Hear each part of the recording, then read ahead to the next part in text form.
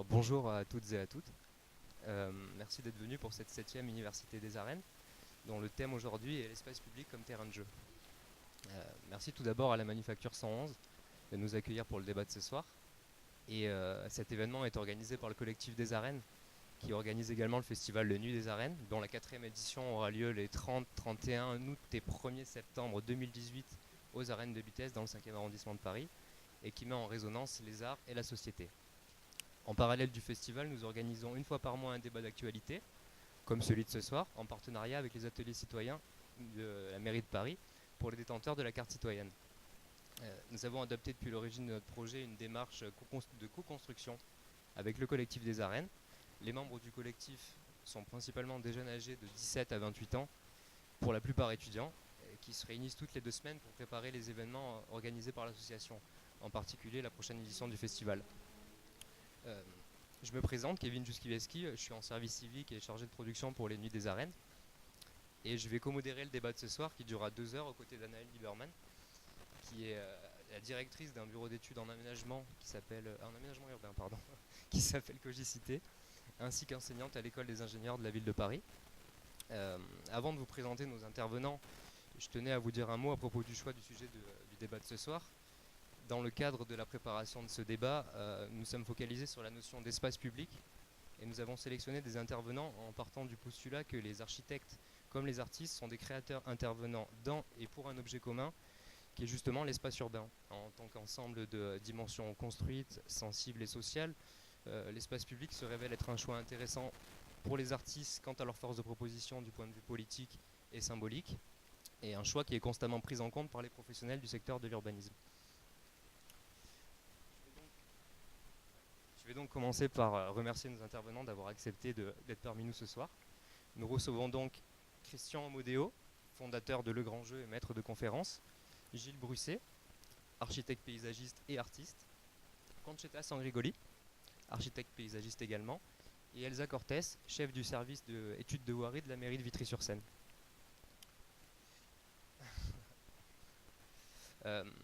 Du coup, dans le cadre des débats organisés par le collectif des arènes, nous avons comme volonté de donner la parole au public, et ce dès l'ouverture, afin de créer un véritable dialogue.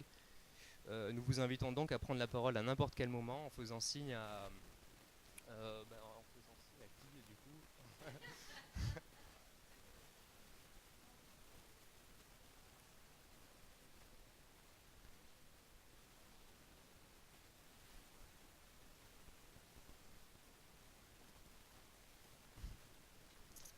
Et lors de vos interventions, on vous demandera bien sûr de respecter l'opinion de chacun, d'être bienveillant, et de bien parler dans le micro car on enregistre le débat.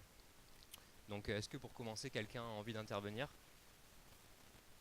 Non? Bon, je vais donc commencer avec une première question.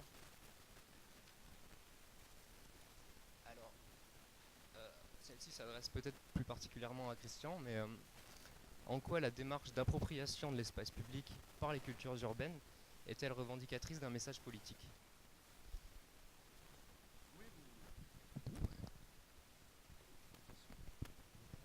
Attention au vert. C'est bon. Voilà. Donc, elle est. Moi, je dis toujours que quand quelqu'un s'approprie une partie d'espace public pour y danser, pour écrire sur un mur, pour faire en tout cas quelque chose, que ça soit autorisé ou pas autorisé par les institutions, que le message qu'on soit en train d'écrire, qu'on écrit sur un mur soit ou pas politique, euh, c'est quand même un geste politique. Parce que d'une certaine manière, c'est prendre parti, s'exposer dans la société. Donc ça, c'est pour moi déjà un point qui est assez important. Même si quand on parle par exemple avec beaucoup de graffeurs ou même d'artistes urbains qui peignent régulièrement les murs à Paris, en France ou un peu partout dans le monde désormais, on se rend compte qu'il n'y a pas forcément une forte valeur politique, un engagement politique déclaré euh, dans leur art. C'est-à-dire, ils revendiquent même au contraire la liberté d'être artiste, la liberté de ne pas avoir un message politique défini, parce que peut-être les sujets qui les intéressent ne sont pas forcément concentré sur la politique ou sur des problèmes sociaux. Là, heureusement, ne s'occupe pas que de ça, quoi. Donc ça, c'est peut-être quelque chose qu'il faut bien garder à l'esprit. Mais comme je dis, cela dit,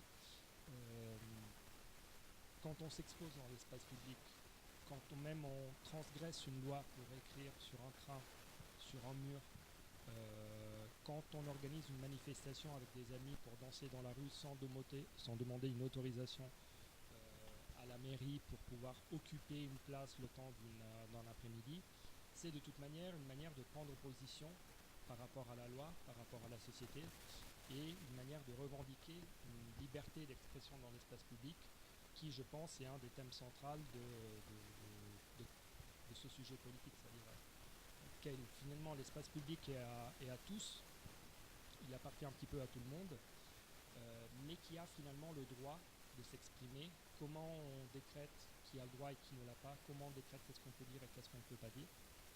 Je termine sur un exemple, je parlais avec Paolo Buggiani, qui est un artiste italien qui a vécu très longtemps à New York, c'est quelqu'un qui a aujourd'hui 85 ans, et qui entre les années 70 et 80 à New York, en fait, c'est quelqu'un qui adore le feu.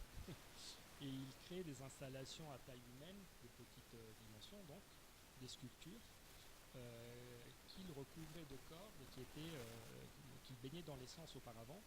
Et il donnait feu à ces sculptures de feu, et il se baladait dans New York en patin à roulettes, ou en voiture, ou à vélo, en traînant ces sculptures dans la rue sans autorisation. Et la seule fois où la police l'a arrêté, c'était pour se complimenter. Parce que le policier était juste halluciné de voir quelque chose d'aussi beau qui se passait dans la rue. Et du coup, on s'est projeté, là aujourd'hui en 2018, dans les villes occidentales de nos jours, qui sont souvent des espaces ultra sécurisés. Et on s'est imaginé, lui en train de faire ça sur les Champs-Élysées ou à Manhattan, en se demandant combien de temps serait passé avant que la police serait arrivée, qu'un alarme antiterrorisme se serait déclenché. Et donc du coup, a posteriori, donc réfléchir sur la perte de liberté qu'il y a eu entre les années 70-80 à nos jours, et une perte de liberté dont finalement on parle aussi relativement peu, qui est peu présente dans cette perte de liberté, un sujet qui est relativement peu présent dans le débat public. Voilà.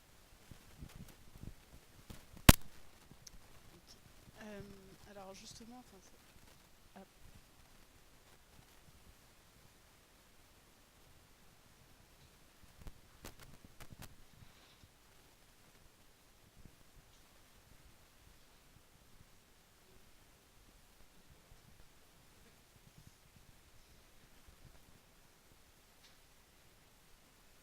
bonjour, donc Myriam Sidikou, moi je suis résidente du 13e arrondissement de Paris. C'était juste pour rebondir sur votre intervention justement parce que j'étais assez d'accord avec vous pour dire que à travers en fait leur art respectif, les différents artistes du street art notamment en fait revendiquent une certaine liberté. Pour moi, ils l'ont pas perdu à partir du moment où c'est vrai que quand typiquement le graffiti quand il est apparu, c'était déjà un art qui était vandale, donc qui était déjà réprimé. Aujourd'hui, c'est devenu presque un art marchand qu'on peut retrouver dans des galeries. Donc la perte de liberté, j'en suis pas très sûre. Là-dessus, je suis pas tout à fait d'accord. Et le deuxième point sur lequel je suis pas d'accord, c'est aussi le dire que finalement, cette forme d'art n'a pas d'engagement politique. Encore plus aujourd'hui où en fait, déjà on a une évolution avec des personnalités type Keith Haring ou Jean-Michel Basquiat qui sont quand même des précurseurs du street art. Et aujourd'hui, on a quand même aussi, ne serait-ce qu'en France, C215 qui a un engagement politique très affirmé. Des personnes aussi comme Vinny Graffiti qui font quand même beaucoup de féminisme, etc. Donc en fait, l'engagement politique, il n'est peut-être pas exprimé à travers une affiliation à un groupe politique donné, mais en tout cas, comme tout art plastique ou tout art généraliste, en fait, chaque artiste va subjectivement décider de la forme qu'il veut donner à son engagement et s'il veut le retranscrire ou pas dans son art. Mais de là à dire qu'il n'y a pas d'engagement politique dans le street art, je suis pas d'accord. Non, je précise juste, je disais pas qu'il n'y a pas d'engagement politique dans le street art. Je disais simplement que ce n'est pas quelque chose qui est forcément présent dans l'art urbain. Parce que souvent, quand on lit des livres, en tout cas les personnes s'expriment autour de l'art urbain, on prend comme exemple, par exemple, Banksy, qui est au contraire un artiste qui est assez engagé politiquement sur des thèmes bien précis, et on copie et colle ce type de discours sur n'importe quel artiste, y compris sur des graffeurs qui ne font que poser leur nom dans l'espace public. Entre organiser des manifestations en Palestine et lancer une campagne contre le mur qui est présent là-bas et écrire son mur le long des quais de train en Île-de-France, il y a quand même une différence par rapport à la prise de position. C'est bien mon point, c'est pour ça que je ne suis pas d'accord, parce que je trouve que c'est assez réducteur, ne serait-ce que le mur de Berlin. Voilà, c'est quand même un bel exemple de politique et d'engagement sur ce qui est le street art. Le street art ne se limite pas que au tag, qui est justement la position de nom, mais aussi à plein d'autres arts qui sont vraiment variés. Donc on a du collage, on a du graffiti, on a beaucoup de choses. Mais de là à dire que oui, un artiste street art n'a pas d'engagement politique, encore une fois, l'exemple que vous avez donné, Banksy est très fort. On a encore d'autres personnes comme Obey aussi qui sont là-dedans. Donc là-dessus, c'est pour ça que je dis qu'en fait, je suis quand même mitigée sur le propos.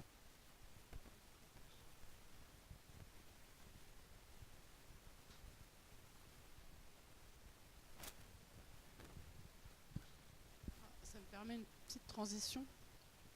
Justement, alors le street art, mais alors il y a aussi l'exemple du skateboard qui était un peu dans le thème d'aujourd'hui. Alors des fois c'est perçu comme un détournement, une dégradation. Des fois c'est souhaité et c'est vu comme une expression. Enfin, dans un cas comme dans l'autre, parfois c'est vu comme une expression artistique et culturelle. Est-ce que ces usages, donc qu'ils soient prévus ou simplement issus de détournements, ils génèrent souvent des craintes ou des contraintes dans la ville.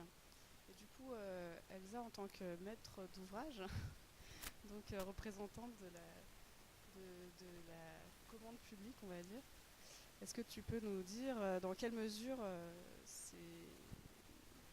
voilà, ces craintes et ces contraintes prennent forme et dans quelle mesure ces usages sont pris en compte par la politique publique, donc côté élu, mais aussi côté services techniques, donc les services des communes dans lesquelles ils prennent place. Ouais.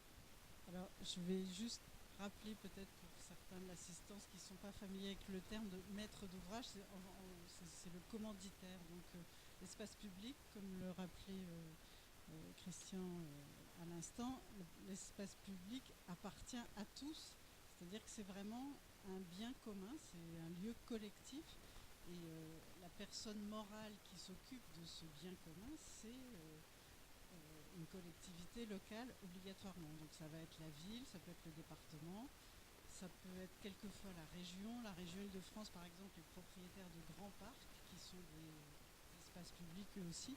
Là, nous, on s'intéresse à l'espace public urbain, donc c'est vraiment la ville. Enfin, ceci dit, les parcs urbains de la région, ils sont bien en ville malgré tout. Et donc, cette personne morale, elle est représentée par une assemblée délibérante, donc un conseil municipal, un conseil départemental, un conseil régional, avec à sa tête, évidemment, un maire, un président, etc. Donc, quand on travaille dans une ville, on travaille pour des élus, mais quand on travaille sur l'espace public d'une ville, on travaille à fabriquer, à façonner, à entretenir ce bien commun qu'est l'espace public. Et voilà, je vais peut-être dire des choses assez évidentes, mais ça coûte extrêmement cher. Vraiment, ça coûte très très cher. C'est-à-dire que l'argent que les collectivités territoriales investissent dans l'espace public, c'est vraiment des sommes phénoménales. Et bon, ça, je vous parle des travaux d'investissement, c'est-à-dire quand on rénove une rue, enfin là on est sur un boulevard qui a été refait entièrement à l'occasion du passage du tramway. Ça a coûté des sommes considérables. Et une fois que c'est livré, comme c'est tout de suite utilisé et abondamment utilisé, parce que l'espace public il subit vraiment les usages quotidiens par tous les modes de déplacement, tous les véhicules, les plus précautionneux comme les piétons ou plus, on va dire, peu attentifs aux soins qu'on peut apporter que seraient des poids lourds qui sont un peu égarés par ici. Voilà, l'espace public, il est très vite abîmé. Et l'entretien de cet espace public, ça coûte beaucoup d'argent, ça coûte de l'argent en temps humain, c'est-à-dire que les personnes qui sont chargées de le nettoyer, de le réparer, etc., c'est des qui soient fonctionnaires ou prestataires d'entreprises privées, peu importe, ça coûte très cher. Et l'entretien courant, le nettoiement, tondre les pelouses, élaguer les arbres, etc., ça coûte aussi très cher. Et donc, les politiques, quand on leur annonce qu'il faut dépenser un budget conséquent pour refaire une rue, une place, enfin, n'importe quel lieu public dans la ville, ils nous demandent, mais avant même qu'on ait annoncé le prix final, ils nous demandent tout de suite, bon, et combien ça va coûter en fonctionnement, c'est-à-dire une fois qu'on aura dépensé l'argent pour faire les travaux, après, chaque année, il va falloir consacrer X milliers, X dizaines, X centaines, peut-être quelquefois milliers d'euros pour entretenir le quotidien et l'ensemble des réparations, petites ou grosses. Et donc ça, c'est du coup quelque chose qui, je dirais, plombe un peu, vous me pardonnerez l'expression un peu familière, mais enfin qui donne vraiment un sens assez lourd à l'investissement qu'on est autorisé à faire de ce fait, et qui incite voilà, les services techniques dont je fais partie, et puis les maîtres d'œuvre à qui on fait confiance pour réaliser cet aménagement, on leur demande de faire quelque chose qui va être solide, pérenne, facile à entretenir, parce qu'on ne veut pas se retrouver avec des grosses réparations au bout de 3 ans, par exemple. Les grosses réparations, elles doivent arriver au bout de 15 ans en espace public. Donc ça, c'est des choses qu'on demande à aux gens qui travaillent avec nous, à nos maîtres d'œuvre, on leur demande de nous garantir cette solidité. Et donc, on a l'accord des élus pour dépenser cette somme au moment de l'investissement. On a leur accord quand on arrive à prouver qu'on va être capable de ne pas revenir dépenser trop d'argent avant une période assez longue. Donc ça, c'est la base du métier que je fais et qui est assez difficile.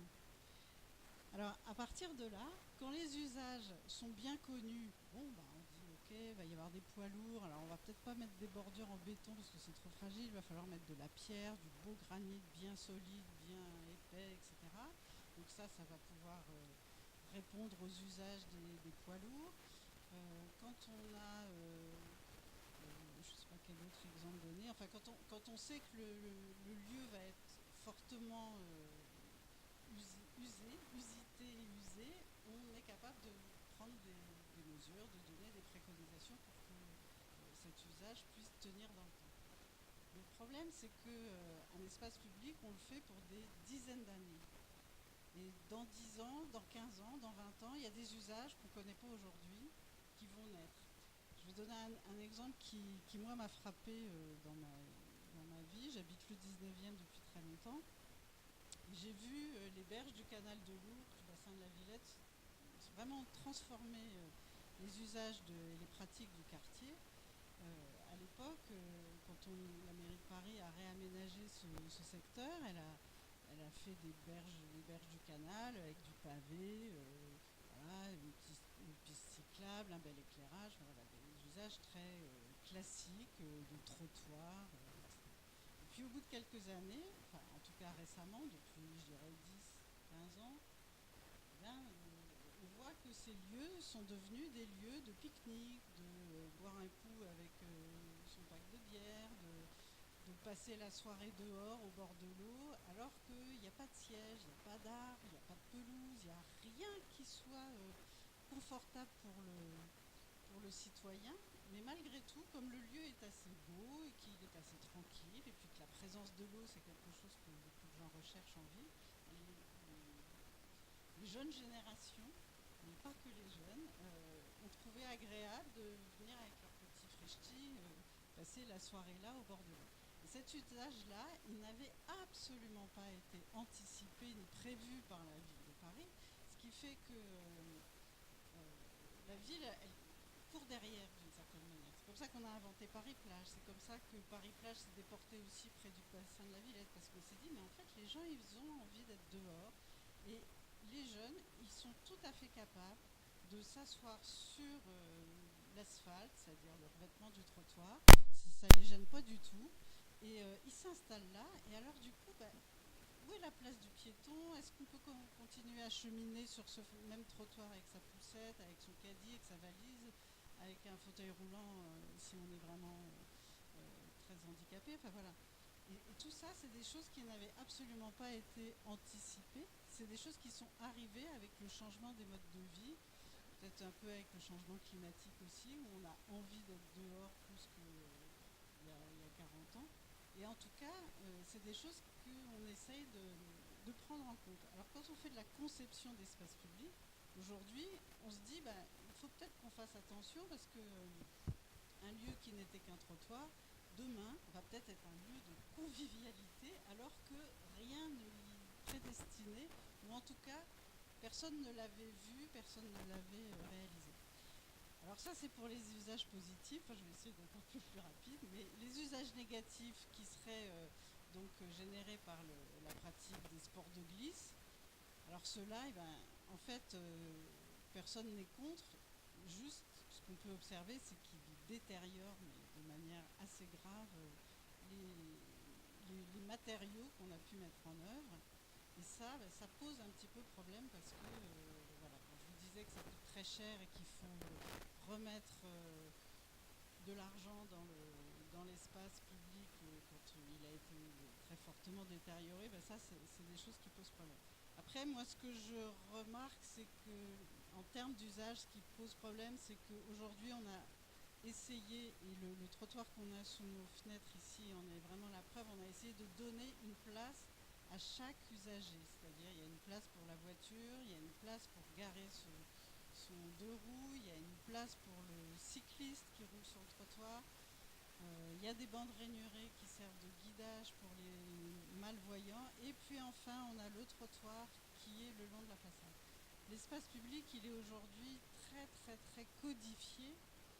Et tous les usages qui viennent bouleverser ça demandent à chacun à la fois de la tolérance, mais aussi de la vigilance. Et quand on met bout à bout toute la réglementation à laquelle on est soumis, c'est pas si simple de savoir comment est-ce qu'on peut tolérer tout un groupe de skateurs, comme j'ai pu le voir hier sur la place de la République. Quand on est malvoyant, qu'est-ce qu'on fait avec ces skateurs qui déboulent? Quand on est très âgé, qu'on ne marche pas vite, comment on fait pour traverser dans ces lieux investis par des joueurs, je peux dire ça comme ça. Voilà, ça c'est un autre sujet qui est vraiment de l'ordre des usages. Mais moi, mon métier du quotidien, c'est plutôt sur la nature, la manière de faire ces espaces publics et de garantir leur pérennité.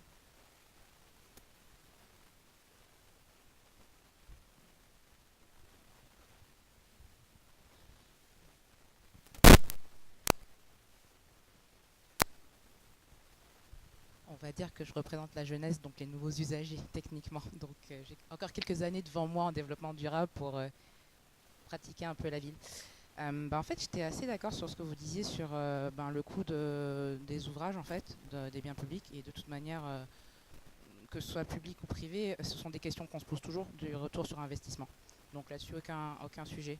Après, sur les interactions entre les sports de glisse, notamment donc, le skateboard et la ville, dans le sens où potentiellement, si je comprends bien, en fait, pour vous, en fait, ça va plutôt participer fortement à détériorer les biens publics plutôt qu'à participer à améliorer ou à faire évoluer, en tout cas positivement, le paysage urbain.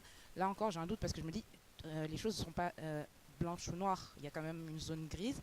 Il y a quand même aussi, là on a donné l'exemple par exemple de la place de la République, mais typiquement les skateurs, ils ont des skateparks et je ne pense pas que les skateparks, ils auraient un intérêt à les vandaliser, les détériorer, etc. Ensuite, pour sortir que de l'exemple du skateboard, là on a quand même les trottinettes, les vélos. Honnêtement, cette question se pose aussi pour tous les autres moyens de transport, par exemple les 2 roues, ça arrive très régulièrement qu'il y ait des accidents avec des Vélib. Et pourtant, un Vélib, c'est quelque chose qui a été aussi vu avec la mairie, avec différents prestataires. Maintenant, sur la manière de gérer les coûts, je sais qu'il n'y a pas une seule manière de faire. Encore une fois, tout n'est pas blanc ou noir. Il y a quand même différents types de contrats avec les prestataires, notamment quand on fait appel à des appels d'offres pour participer à l'évolution de la ville. Donc le premier exemple que j'aurai, et qui est, je pense, assez bien choisi par rapport au lieu du débat aujourd'hui, ce sont les tiers-lieux. C'est-à-dire que les tiers-lieux culturels, notamment, beaucoup ont des thématiques. Donc j'ai en tête par exemple l'aérosol, qui est encore une fois orienté street art et skateboard. Ben, ces lieux-là, c'est pas qu'on le donne gratuitement à des gens qui vont détériorer un bien. Bien au contraire, on essaye de participer à la stratégie de développement territorial en évoluant vers des pratiques plus modernes et plus adaptées aux nouveaux usagers. Donc quelque part, ces lieux-là, les gens ne sont pas là gratuitement, c'est pas une mise à disposition gratuite, ils payent un loyer et derrière, il y a une économie qui en sort. Donc quelque part, les coûts d'entretien, ils sont aussi pris en compte dans ces nouveaux usages. Et il y a un équilibre qui se crée en fonction des réflexions qui ont lieu avec les différents cabinets de conseil. Mais de là à dire qu'une pratique est nécessairement dommageable ou pas, il y a une balance en fait.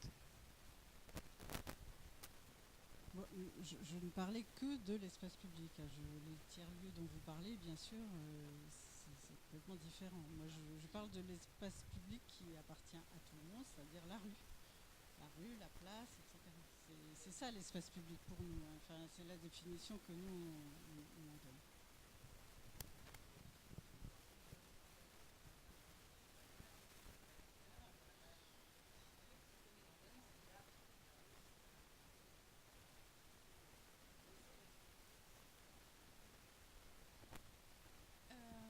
Non, mais je veux.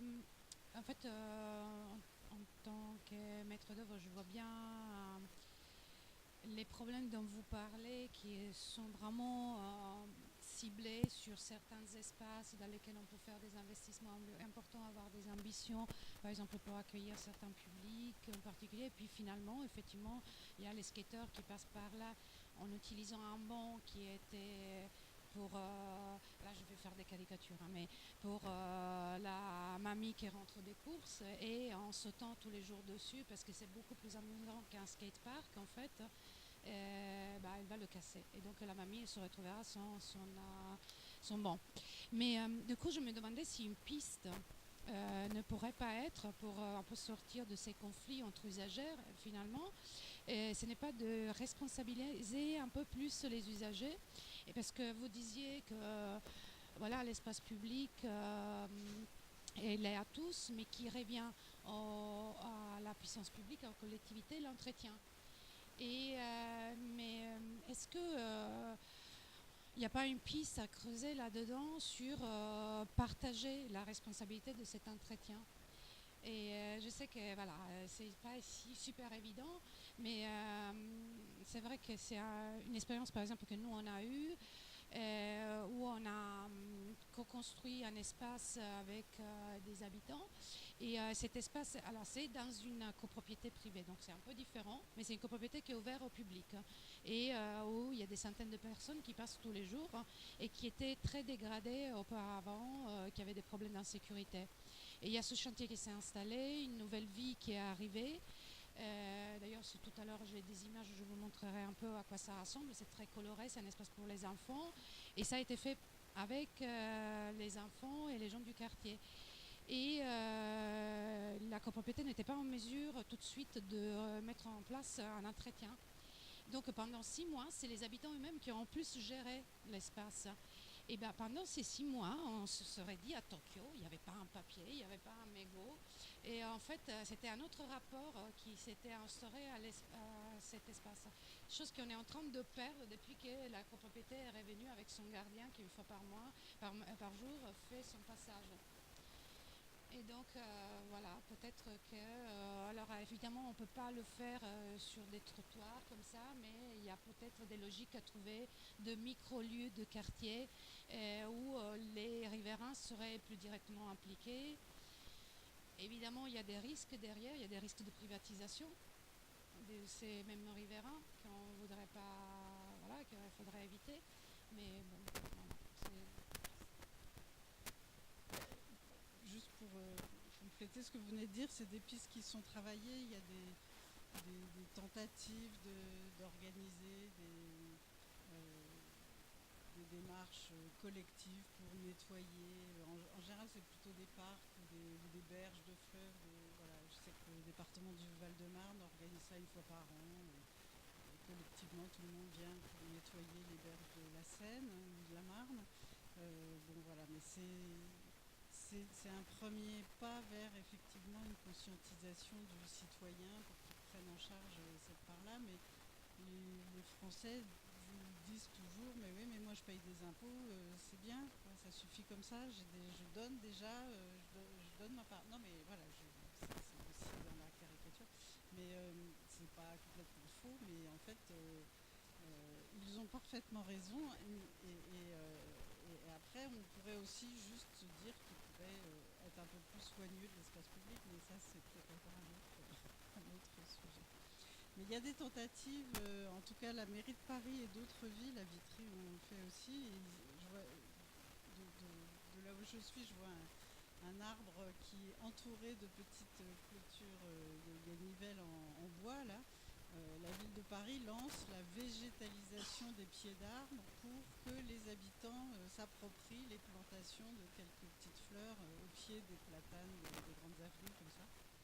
Et d'autres massifs, c'est un pas vers cette responsabilisation qu'on essaye d'obtenir des citoyens. Mais voilà, pour ce qui est de ramasser les papiers, etc., c'est encore autre chose. Et puis, je dirais que le camion qui déchausse une bordure, lui, en général, il s'en aperçoit même pas. Donc ça, c'est encore un autre sujet. Et là, ça a plus à voir avec le code de la route qu'autre chose.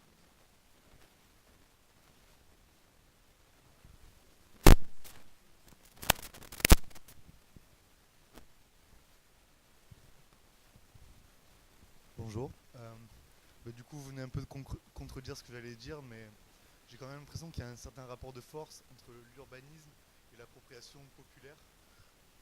Moi, c'est pas pour Paris, mais par exemple, je viens de Marseille, et il y a tout un quartier assez populaire où les gens ont pris les devants, et justement, au niveau des arbres et au niveau de la végétation, ont pris les devants de tout aménager eux-mêmes. Et ils sont en contradiction avec les, les prises d'opposition justement par les mairies et tout ça. Donc on se demande aussi s'il n'y a pas des volontés contraires, que ce soit des usagers ou alors des instances qui cherchent de la propreté alors que peut-être les usagers chercheraient une autre forme de propreté en tout cas. Non mais vous avez raison, c'est en mouvement, donc dans certaines villes, c'est les habitants qui sont précurseurs, dans d'autres, la mairie instille un nouveau souffle avec quelquefois l'appui d'associations ou pas. Enfin, tout existe. Tout existe. Après, la difficulté, c'est que tout le monde soit bien conscient que c'est un bien commun et donc de ne pas privatiser son petit carré où on a planté 3 tulipes. Voilà, on est dans la rue, c'est à tout le monde, et si quelqu'un cueille les tulipes, c'est pas grave, il faut le vivre comme ça. Mais c'est pas évident voilà, que tout le monde s'implique aussi de manière forte et en même temps gratuite. C'est ça qui est compliqué. C'est le lien social. parce que c'est vrai que les Français, mais comme les Italiens, comme tout le monde, ils payent des impôts et donc ils en veulent pour leur argent. Mais en même temps, si on leur donne la possibilité de participer, j'ai l'impression qu'ils sont là et qu'ils ont des vraies propositions. Et moi, je fais pas mal justement de travail en co-construction et c'est assez incroyable l'envie qu'ils ont, les participants à ces ateliers, d'être vraiment actifs, d'être acteurs. Et ben parce que y a bien d'autres choses derrière. Ça leur permet de renouer des contacts avec leurs voisins, parce que je pense qu'effectivement ça fait sens. Tout le monde en a marre de voir des choses qui ne vont pas et de se plaindre aussi. Donc, des fois, on est excédé et on se dit si on met la main à la pâte. Ouais. Et donc après, par contre, c'est vrai aussi qu'il y a certains maîtres d'ouvrage, je ne sais pas si c'est le cas de Marseille ou quoi, mais qui ne sont pas prêtes non plus à ça, parce que c'est pas l'idée qu'ils se font de la ville. Une ville qui est faite avec du bricolage, avec des objets récupérés et tout. Je pense que certaines villes du 92, par exemple, ça se passerait pas super bien.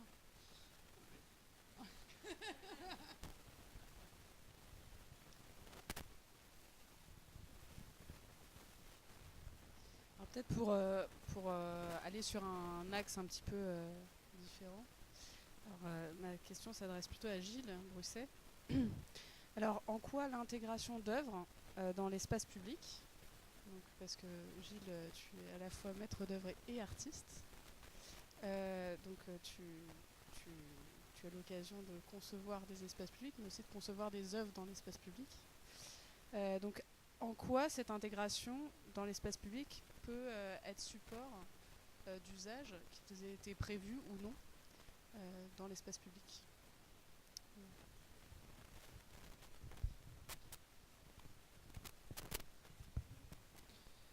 Oui, avant de répondre à cette question très élaborée, deux, trois choses qui me viennent à l'esprit quand on parle de tout ça. Moi, je repense à une des premières sculptures que j'ai réalisées dans l'espace public. C'était à Paris. C'était une sculpture éphémère pour un festival des architectures vives. C'était en 2004, donc c'était il y a longtemps. Ça tenait un peu un peu de la décoration ou du graphisme, mais c'était le long du canal Saint-Martin. Et c'était la première fois que je fabriquais quelque chose, donc en tant qu'artiste, c'est-à-dire quelqu'un qui a un désir de faire des formes et de les exposer, de les partager. Et je me souviens que j'avais été frappé du nombre de personnes.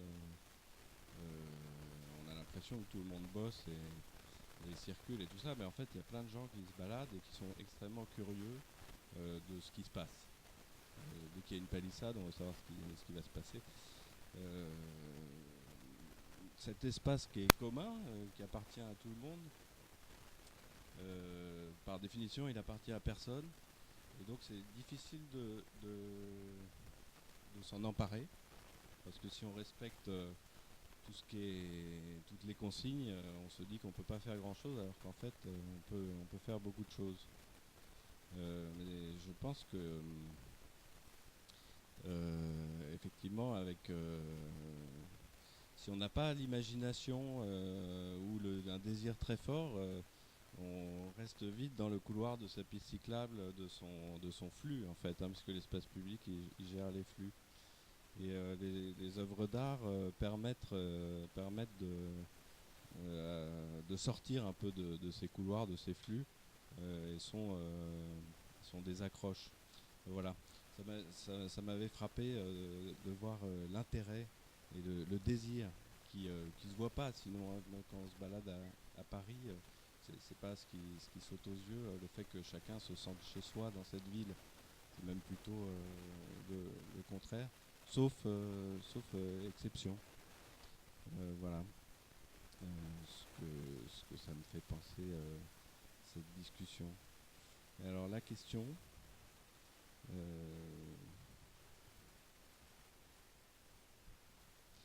oui, sur la question des usages qui sont en fait que les concepteurs ou les artistes ont dans la tête, et puis ce qui se passe en vrai. C'est vrai que j'ai constaté ça de nombreuses fois où j'ai fait volontairement j'ai fait des œuvres d'art, donc des commandes publiques d'institutions, de mairies, de collectivités, de villes, en les concevant pour qu'on puisse y jouer, on puisse qu'elles soient spécifiquement destinées à tout le monde, mais aux enfants, surtout aux enfants, et que ça soit des aires de jeu, mais qui ne soient pas désignés comme tels. C'est-à-dire que l'événement d'une forme étonnante, peut-être qui est surprenante à cet endroit-là, qu'on n'attend pas, qui est une création, hein, donc qu'on n'a jamais vu ailleurs, provoque un peu la curiosité dans un premier temps, et puis ensuite provoque des usages qui sont absolument imprévisibles, puisque il s'agit que les enfants, et pourquoi pas les grands, jouent. Alors jouer, ils jouent avec leur corps dans un espace public où effectivement, s'il y a des skateurs ou des poids lourds ou quoi, on n'est pas forcément très à l'aise ou très confortable. Et d'un coup, bien qu'il n'y ait pas une barrière à franchir qui dise ceci est une aire de jeu réservée à tel âge, etc., on puisse s'installer, s'allonger, danser, faire des choses a priori improbables. Et c'est vrai que moi je travaille ça par le biais de la création de formes dans l'espace, en augurant que les corps vont avoir du plaisir à s'y installer et à jouer avec. Et du coup, c'est un principe de détournement de ce qui est attendu, parce qu'on ne peut pas savoir. Et ça j'aime beaucoup ça, parce que ça renvoie à l'enfance, et que la ville comme terrain de jeu, c'est un sujet magnifique, et puis qu'il n'y a pas besoin d'expliquer aux enfants. C'est-à-dire, on a tous vu des gamins jouer dans un caniveau ou sur un bout de trottoir à compter les joints des pavés, à faire des marelles, etc., sans qu'il y ait besoin de mode d'emploi. Le problème, c'est ce qui se passe quand on grandit et qu'on est un peu... moi, j'ai toujours habité à Paris, donc je vois bien comment on s'interdit beaucoup de choses, parce que voilà, c'est une des villes les plus denses du monde, donc il y a beaucoup de frictions, beaucoup de choses auxquelles il faut faire attention, surtout quand on est en vélo. Et redonner cette dimension ludique et un peu créative de qu'est-ce qu'on peut faire avec un espace sous le ciel et avec son corps et tout un chacun. Je trouve que c'est le sujet de l'œuvre d'art dans l'espace public, mais c'est aussi le sujet de l'espace public parce qu'il pose la question de quel plaisir on peut avoir à vivre ensemble et à être entassés comme ça dans le même endroit, quoi. Alors, oui, il y a des images, mais je ne sais pas où est-ce qu'elles se projettent ou comment ça marche. Peut-être on les regarde après, ou... Enfin, je sais pas, comme vous voulez. On enchaîne.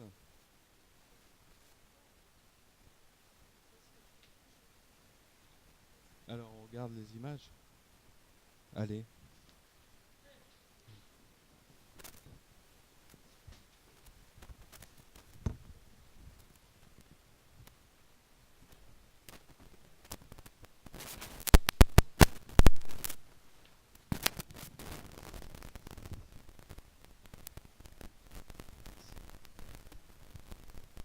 Ça va aller très vite, hein.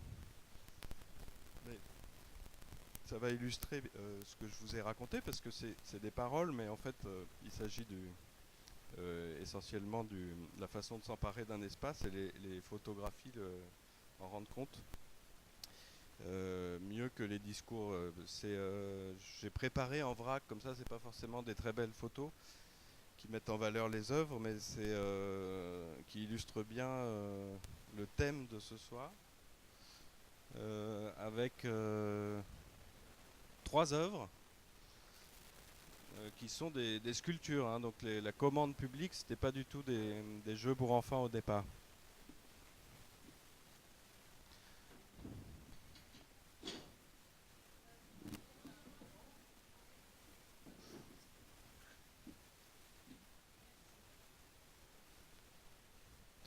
Il faudrait mettre un plein écran.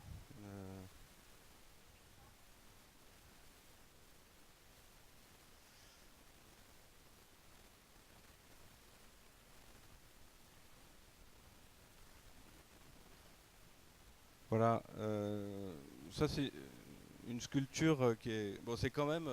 là, c'est un 1% artistique qui est quand même devant une école.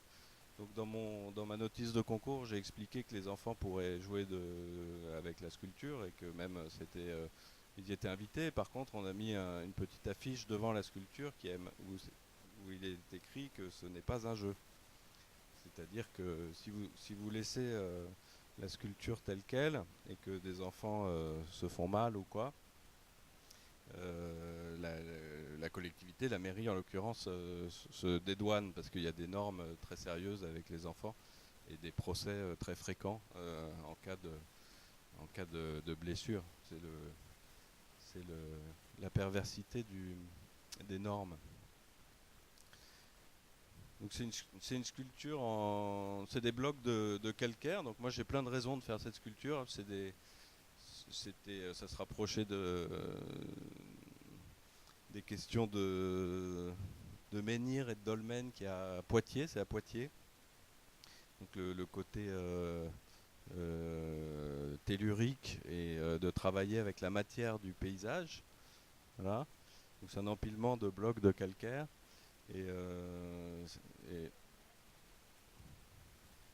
Ouais. De toute façon, il n'y a pas grand chose à en dire, faut juste voir, on les fait défiler.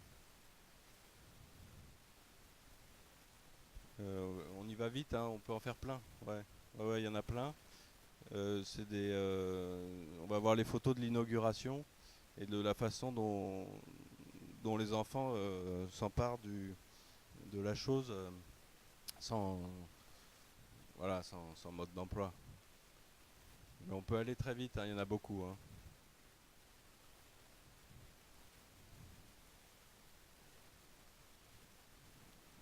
Voilà, on voit à l'inauguration ce que ça donnait, ce qui n'était pas du tout prévu.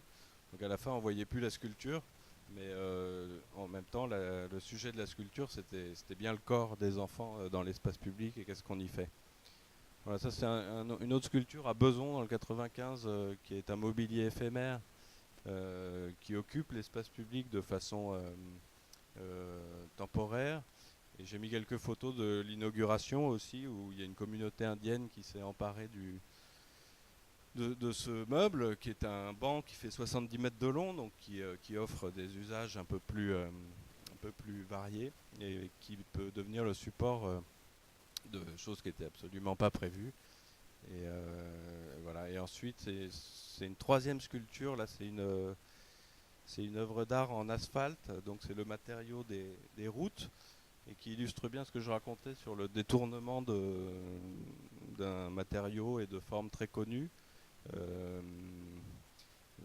C'est au milieu d'une cité au-dessus de Genève, qui est une cité des années 60, on ne peut plus caricaturale et radicale. Et là, le simple fait de venir fabriquer ces ondulations, enfin, je dis simple, c'est un peu compliqué, mais dans le geste, c'est quand même très simple, a servi de support à toutes. Voilà, on voit toutes les postures, les façons de se cacher, de grimper, ce qui étaient des façons de se servir de son corps qui n'existaient pas en fait dans cette ville avant. Donc c'est cette dimension du détournement et de l'improvisation qui était tout à fait réjouissante.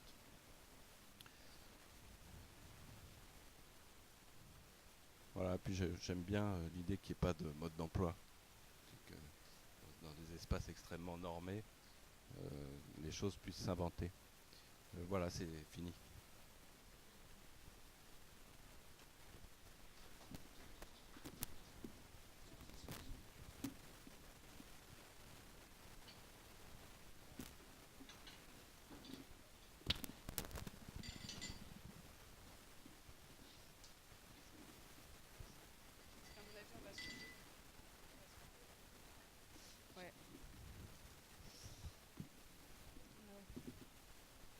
Ouais. Alors justement, bon, c'est une bonne transition vers pour une question pour Concheta. Donc justement, là on a vu des exemples où finalement l'espace public, donc via une œuvre, permettait d'avoir une expression, enfin de laisser s'exprimer le corps des enfants, mais pas que. Donc on trouve un aspect ludique en fait dans l'espace public. Donc quelle est la place qui est donnée à cette approche ludique de l'espace public dans la commande publique et quelle dimension on peut lui donner dans la conception de l'espace public. Donc je précise en gros. Quand la commande publique, c'est ce que les maîtres d'ouvrage élus portent comme attente. Donc est-ce que dans ces attentes-là, il y a une demande d'intégrer des usages ludiques de manière générale et après, le boulot du concepteur, c'est de concevoir l'espace public par rapport à la commande de l'espace, par rapport à la commande publique. Mais est-ce que lui a sa marge de manœuvre pour intégrer des aspects ludiques, même si c'était pas forcément intégré dès le départ dans la commande? Alors, c'est difficile de répondre pour le maître d'ouvrage. Faut que je vienne de ce côté. Donc c'est difficile de répondre pour les maîtres d'ouvrage parce que c'est vraiment très très variable. En ce moment à Paris par exemple, c'est une vraie demande forte d'intégrer des nouveaux usages et puis effectivement si possible aussi avec des caractéristiques un peu innovantes. C'est un peu un mot qui est très à la mode et donc le jeu s'en fait partie. Donc voilà, ça je ne saurais pas dire après. Est-ce que pour nous, maîtres d'œuvre, quelle est la place qu'on a? Je pense que quand on est maître d'œuvre, on est toujours un peu des adultes qui ont décidé de continuer à rêver, de rester enfant et que le jeu reste toujours très très important. Et donc je pense que assez naturellement, c'est un peu dans le métier qu'on fait. Pour nous c'est assez naturel, mais en revanche est-ce qu'on est vraiment capable de les intégrer dans les aménagements, d'intégrer cet aspect ludique dans l'aménagement? Ça c'est plus complexe. Je veux bien les premières images parce que du coup ça pose déjà la première question, c'est de savoir qu'est-ce que c'est le jeu pour les adultes. Alors je ne suis pas une spécialiste vraiment du jeu, mais le ressenti que nous on a, c'est que le jeu, souvent, c'est briser l'interdit. C'est aussi briser un peu les attentes des autres, de tout ce qui sont autour de toi. Et donc, effectivement, pouvoir se libérer, danser comme... du coup, en laissant de côté son image bien propre, bien, qui rentre dans le moule. Et du coup, comment on fait à institutionnaliser cette pratique qui est par essence est non institutionnelle. Alors là, j'ai amené des images de la Petite Ceinture sur laquelle on travaille, dans le 18e notamment, où on s'est rendu compte qu'effectivement, il y avait plein d'activités qui étaient déjà là avant que nous on arrive, et des activités de jeux ludiques, alors très très différentes. Pour les adolescents, ça peut être juste caillasser tout un après-midi un objet, un sémaphore ferroviaire qui est encore là. Mais c'est drôle là, pour eux, c'est ça qui les amuse, c'est faire un feu. Et donc, voilà, comment, quand on arrive avec sur le code toutes les normes, les obligations, comment faire à intégrer ça? Alors, on n'a pas de solution vraiment, nous. En revanche, ce qu'on on a vu, je veux bien les images d'après, c'est que voilà, le risque de vouloir institutionnel et tout ça, c'est donc de perdre l'essence de ça et de perdre aussi l'essence des lieux, dans quelque manière. On a mis une image à droite, peut-être quelqu'un que vous connaissez, c'est dans le 18e, la recyclerie et le jardin des ruisseaux qui ont ouvert la Petite Ceinture au public et qui finalement rassemble beaucoup à un espace public tout à fait banal, comme on en trouve partout, et on a perdu complètement l'essence de ce lieu. Et du coup, ce que nous on s'est dit, c'est que effectivement, on n'est pas forcément le mieux qu'on peut faire pour garder ça, c'est de venir intervenir en agopunture, en essayant de perturber au minimum ces usages qui existent. Donc il faut au préalable une bonne connaissance aussi des usages, donc apprendre ce temps-là. Et puis venir, mais plutôt qu'essayer donc de les institutionnaliser, donc de les perdre, venir faire trouver un mélange entre activités qui seraient plus conventionnelles et garder au maximum ces usages. Ce n'est pas non plus la posture de ne rien faire, parce que rien faire, pour nous, ça veut dire continuer à laisser cette espèce d'espace uniquement pour ceux qui osent y aller, qui osent sortir un petit peu des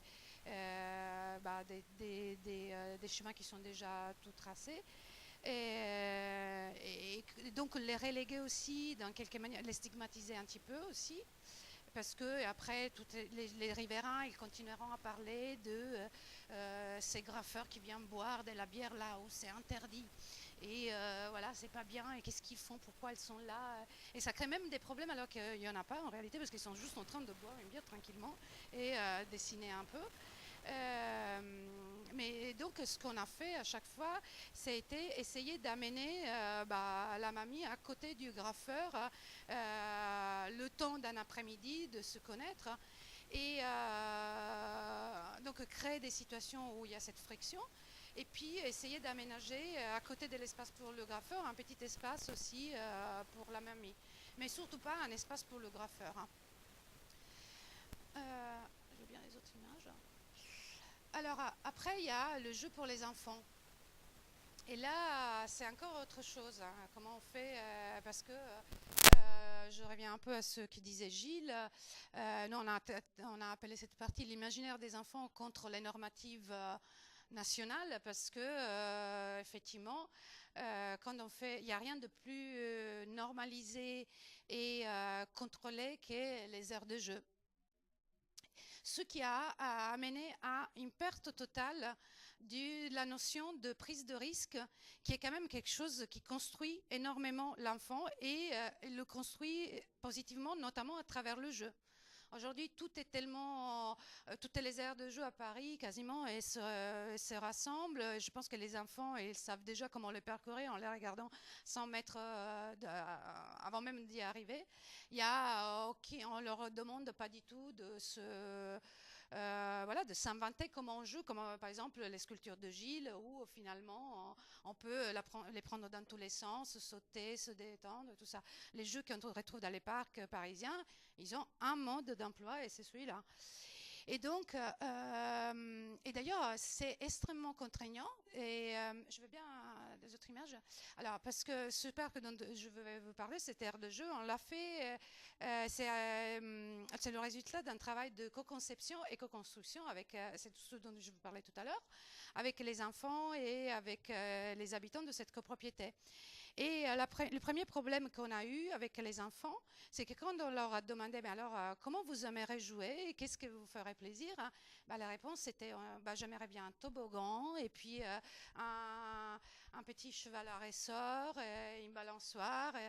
Et donc, c'était vraiment déjà hyper complexe de essayer de leur dire, mais non, lâchez-vous. Là, en fait, si vous voulez aller sur la Lune, on ira sur la Lune.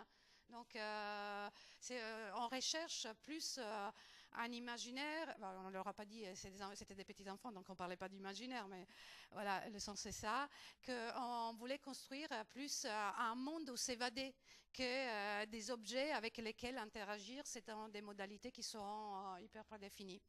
Il y a des images. Donc voilà, on a fait ce premier travail de les laisser rêver.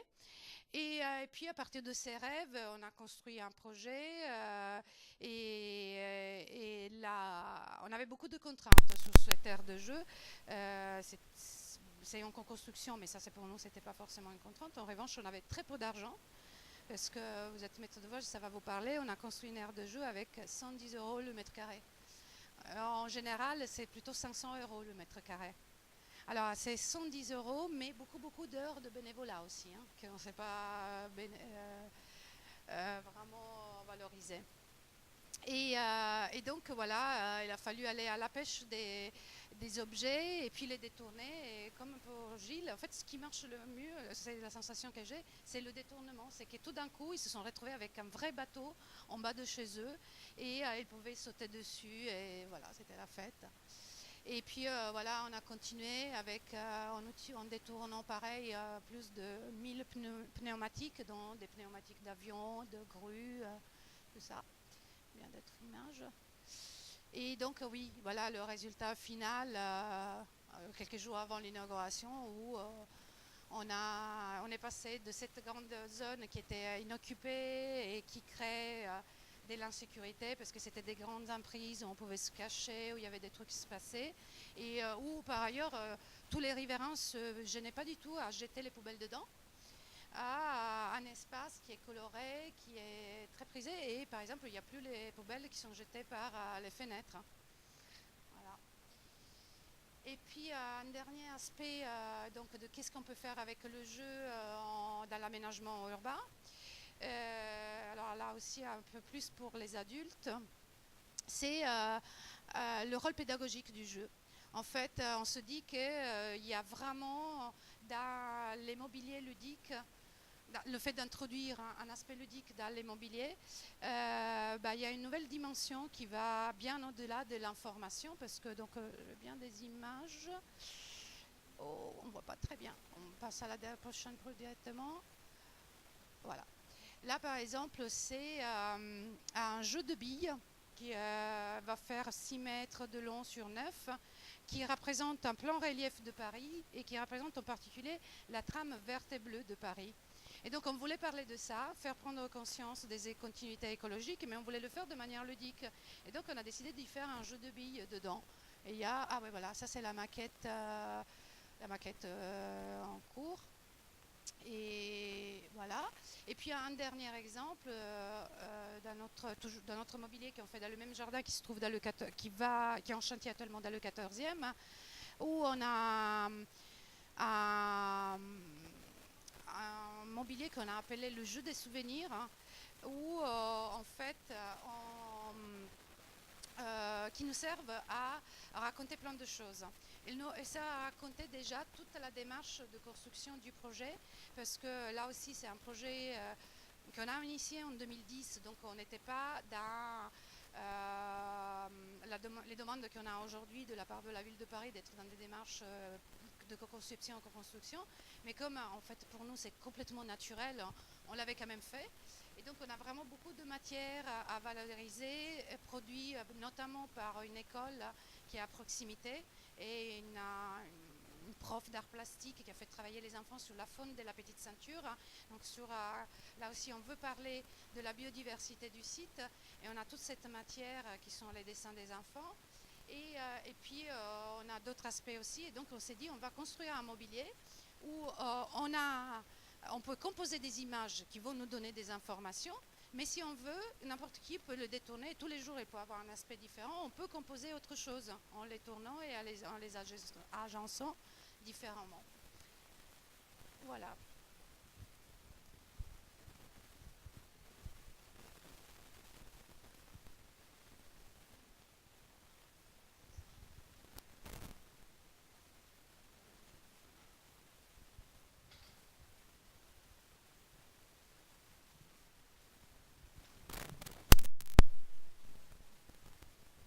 Bonsoir.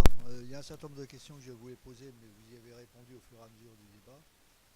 Une première question, c'est effectivement la différence qu'il y a entre le street art et puis les usages que vous prévoyez en tant que maître d'œuvre.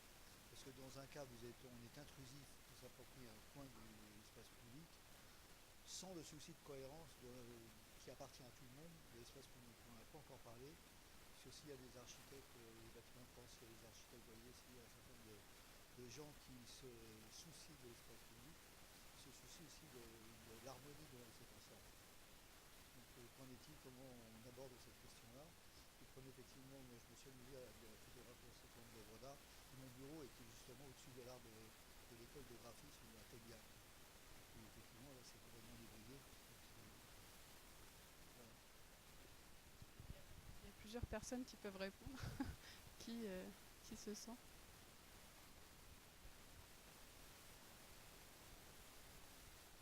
Non, mais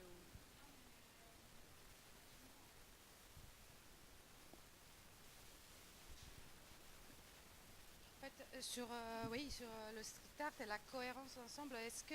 Mais en fait, alors, je pense qu'il y a une historien de l'art, peut-être...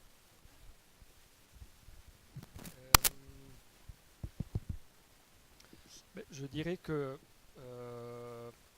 c'est ça peut-être justement là où le street art vient générer un problème en tout cas. Alors moi je ne le considère pas comme un problème mais comme un sujet de discussion, un sujet à débattre. Et j'étais en train de regarder un petit peu toutes les photos que vous avez fait défiler et je repensais au fait et à cette question du jeu qui est fondamentale dans la ville autant pour les enfants que pour les adultes. Et j'étais en train de repenser au fait, au lieu où le graffiti new-yorkais tel qu'on le connaît aujourd'hui, c'est-à-dire les lettres en bubble bien colorées qui sont un peu partout dans la ville, a fait son apparition. Et c'est au fait dans les banlieues de New York, entre les années 60 et 70, qu'est né le graffiti. Alors je ne sais pas si vous le savez, mais au fait, c'était des lieux qui, d'un point de vue de l'urbanisme, étaient complètement abandonnés à eux-mêmes.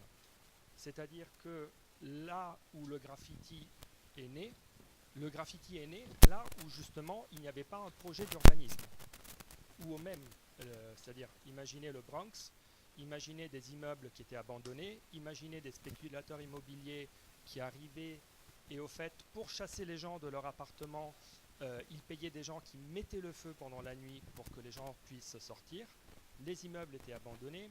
Donc au fait, la chose que j'ai toujours considérée comme formidable, c'est que des gamins de 6, 7, 8, 10, 12 ans qui vivaient dans cet environnement ont généré une culture urbaine qui a été une des plus belles réponses, à mon sens, qu'on a pu donner, on va dire, à l'absence d'un projet d'urbanisme.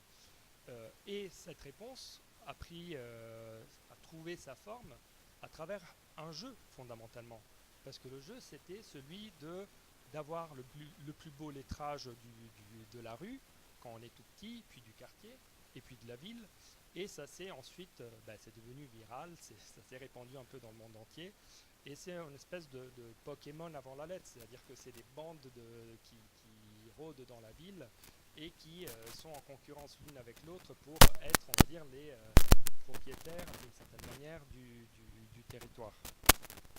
Donc, pour répondre au monsieur, c'est-à-dire une des questions que moi je me pose, en tout cas quand on me demande en tant que commissaire d'exposition, en tout cas expert d'art urbain si on peut dire,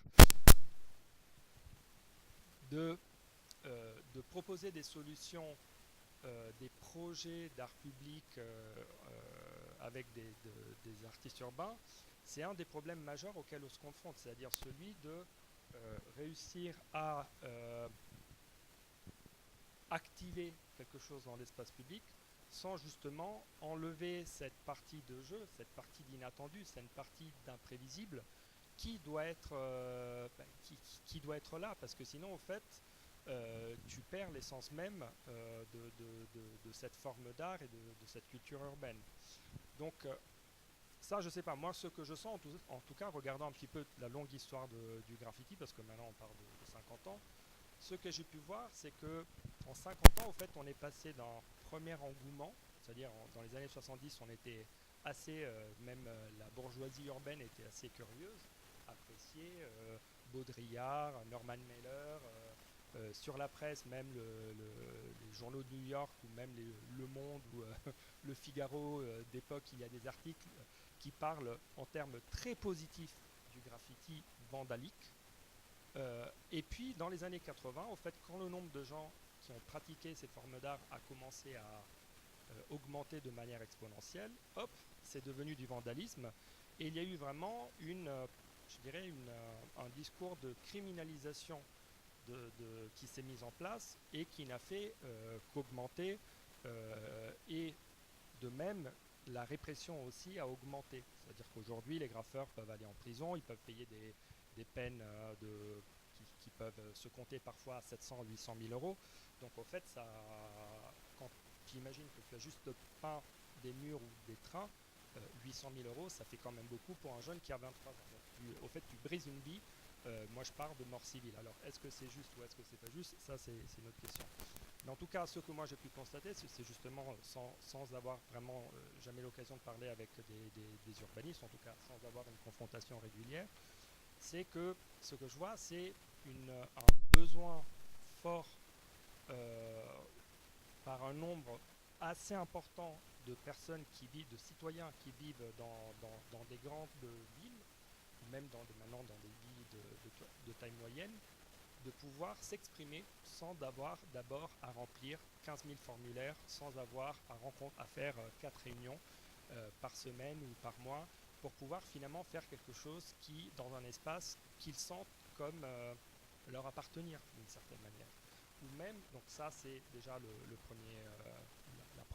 première question, c'est-à-dire ce que je disais aussi au début, c'est-à-dire si l'espace public est à tous, est-ce que tout doit être normé pour que tous puissent s'exprimer? Donc finalement, c'est la question aussi des aires de jeu pour enfants, ou est-ce que finalement les enfants perdent un petit peu de cette possibilité de la prise de risque. Donc il y a la prise de risque pour les enfants, mais il y a la prise de risque aussi pour les adultes. La prise de risque de se froisser avec ses voisins, avec le propriétaire d'un immeuble.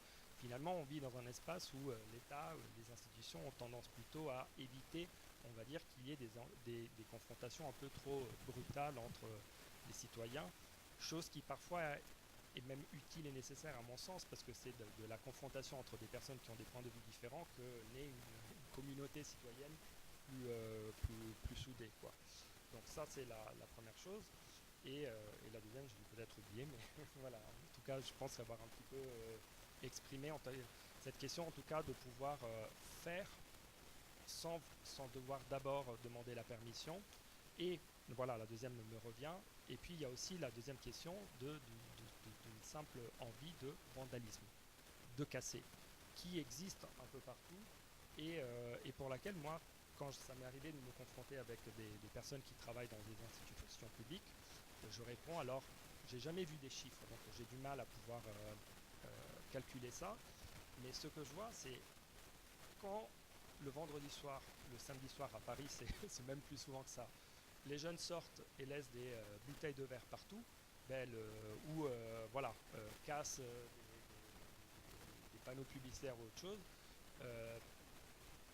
En tout cas, c'est un coût qui est prévu, qui est intégré dans le budget d'une ville. Et alors, je ne dis pas qu'il faut libéraliser ça, au contraire, il faut essayer de contrôler ça.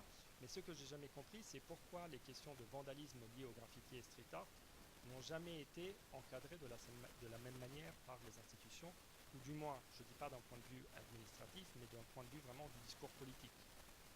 C'est-à-dire, on ne voit pas cette capacité de nettoyer la ville, de garder un petit peu la ville en état.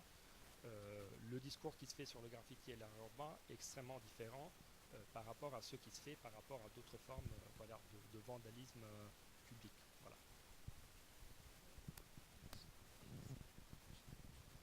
Peut-être Elsa, tu peux peut-être répondre sur la prise en compte de ces... Alors, moi, j'ai travaillé dans plusieurs collectivités et pour vous donner une idée, il y a moins de 10 ans de ça, le département de Seine-Saint-Denis consacrait 15 millions de son budget annuel de la voirie au nettoyage de graffiti. C'était affiché, voilà, les budgets sont connus du grand public pour ceux qui s'y intéressent. Bon, les abords du canal de l'Ourcq sont un terrain d'expression artistique absolument splendide.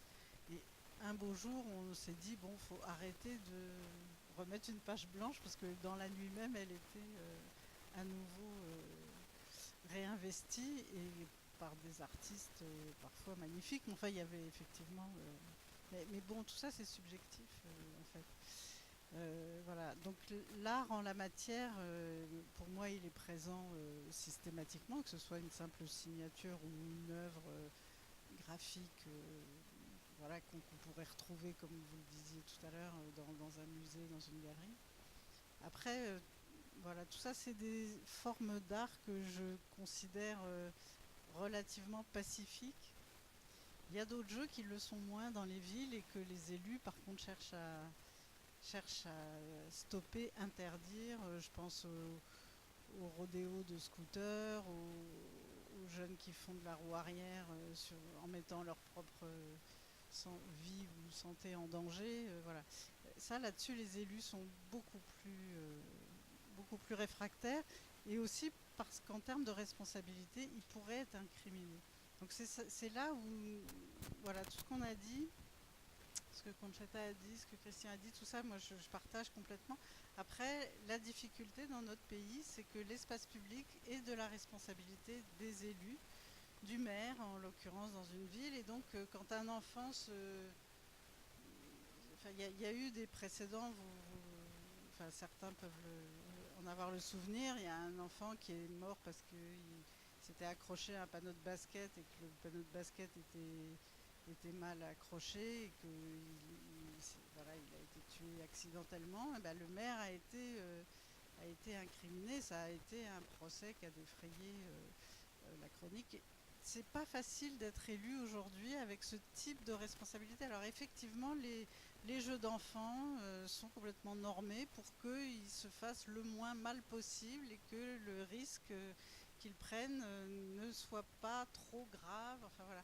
C'est vrai que ça tue l'imagination, que c'est quelque part dommage, mais voilà, il faudrait que peut-être les parents assument cette responsabilité de laisser jouer leurs enfants et que leurs enfants se fassent mal et que ce soit eux qui en soient responsables. Mais la France n'est pas construite sur ce type de principe. La France est construite sur des responsabilités qu'on vient chercher. Les assurances, les contrats d'assurance sont faits comme ça aussi. Enfin, c'est un engrenage qui est... Les pays latins sont comme ça. En Italie, j'imagine qu'on a le même genre de choses. Les pays anglo-saxons ne fonctionnent pas de la même manière parce que voilà, ils sont sur une culture protestante et on n'est pas du tout en prise avec le même type de responsabilité de soi-même vis-à-vis de la collectivité. En France, quand on tombe dans la rue, si on estime que c'est parce que il y avait un trou dans le trottoir, on peut demander réparation au maire de la ville en question. Et ça pèse très très lourd sur les épaules des élus. Et du coup, tout ce que j'ai expliqué au début de mon intervention sur l'argent qu'on met là-dedans, c'est aussi parce que les maires sont responsables. Si on balaye les feuilles en automne, c'est pas pour faire joli ni faire propre, parce que si quelqu'un se tue en tombant sur le trottoir, le maire peut être tenu pour responsable pour non-entretien du trottoir, etc. Donc c'est assez compliqué. Donc c'est vrai qu'il faut responsabiliser les gens, mais il faut aussi que collectivement tout le monde soit d'accord pour que cette responsabilité revienne aux individus. On n'en est pas du tout au début du commencement. Juste très, très brièvement, mais parce que c'était quelque chose qui vient dans le sens de ce que vous dites. Et c'est une question de décharge par rapport aux institutions. C'est-à-dire que je vois simplement, j'avais vu l'exemple d'Amsterdam, qui est une ville du Nord, d'une certaine manière, mais une ville où le concept de liberté, le droit à la liberté individuelle a toujours été très fort historiquement. Et où, par exemple, ces dernières années, ça commence un peu à s'atténuer, mais historiquement, au fait, les théâtres, les bibliothèques publiques et tout ça, les services d'une certaine manière l'État donne aux citoyens ont souvent été...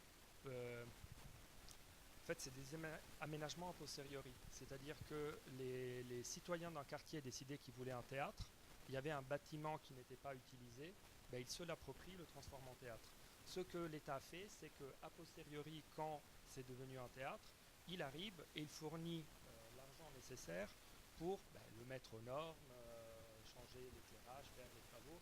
Donc au fait, finalement, il y a un dialogue qui s'instaure entre les citoyens et qui ont une possibilité de s'approprier la ville au sens administratif du terme, et les institutions qui ont l'obligation et la responsabilité de gérer le territoire, qui est peut-être une solution qui est il y a une marge de manœuvre qui est plus large par rapport aux situations où effectivement le maire se retrouve à être responsable de toutes les choses qui se passent dans l'espace public. Et voilà, je comprends qu'il puisse avoir envie que tout se passe bien. Moi, je voulais, avant de répondre à monsieur, juste dire qu'effectivement, dans ma logique, c'est pas au maire de prendre toutes les responsabilités, mais alors pas du tout.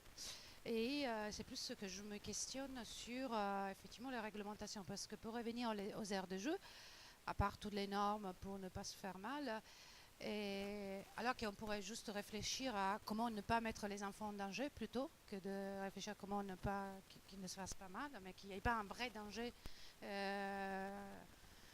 de mort, des choses voilà, vraiment graves. Et il y a aussi, par exemple, une circulaire du ministère de l'Environnement qui déconseille l'utilisation de tous les matériaux de récupération. Aujourd'hui, avec toutes les questions qu'on se pose sur le développement durable, tout ça, on en est encore là. Donc je pense que oui, il y a une évolution législative qui est importante, qui doit découler par contre aussi d'un changement de mentalité.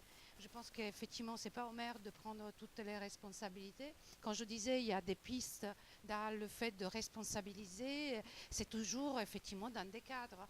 Et je vous rassure, l'aire de jeu qu'on a fait, on n'est pas fou. Moi, je n'ai pas pris la responsabilité d'ouvrir une aire de jeu sans avoir un bureau de contrôle derrière qui certifie qu'elle est bien apte à accueillir des enfants. En revanche, il a fallu 3 mois pour trouver un bureau de contrôle qui nous accompagne dans une aventure aussi folle.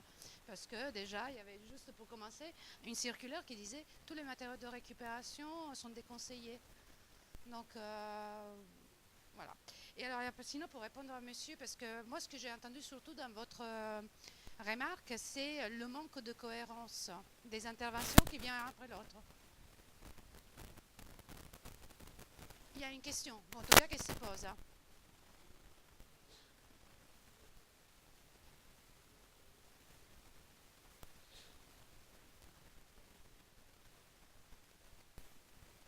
Oui, et puis il y a aussi le fait que le street art évolue, et donc un nouveau artiste qui arrive fait perdre peut-être la cohérence de l'œuvre qui était avant, c'est ça que...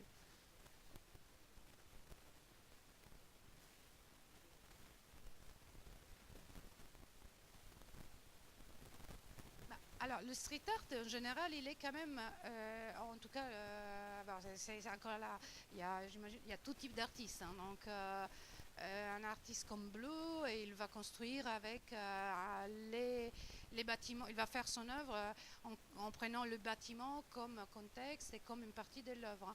Mais moi, je pensais, moi, le problème que j'ai, des fois, en tout cas, les questions que je me pose, c'est effectivement le fait que ces œuvres qui se superposent, qui effectivement font perdre la cohérence des premières œuvres et tout.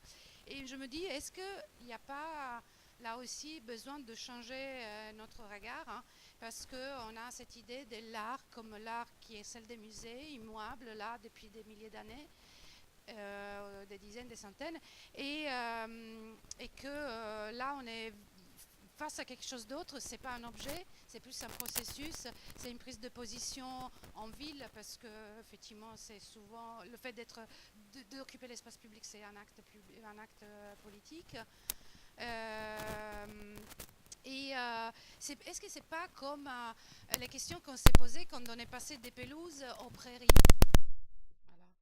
C'est-à-dire que pendant des années, moi je me rappelle les gens qui venaient nous voir dès qu'on avait une prairie, donc c'est pas la petite l'herbe toute pareille qu'on peut tendre et puis avoir voilà, cette espèce de tapis vert, hein. Les prairies, il y a plein de plantes différentes, ça pose aussi des questions d'entretien qui sont un peu plus complexes et tout. Et pendant longtemps, les réactions de tout le monde c'était mais c'est sale. C'est plus qu'est-ce qui s'est passé? On a plus. Elle est où notre pelouse? Alors que la pelouse, ça veut dire énormément d'arrosage, ça veut dire des désherbants, ça veut dire du travail mécanique pour l'entretenir. Donc d'un point de vue du développement durable, c'est quand même assez lourd. Avec une prairie, il n'y a rien de plus naturel. Mais il a fallu le temps d'habituer le regard à ça, accepter les pâquerettes et les coquelicots aussi. c'est vrai.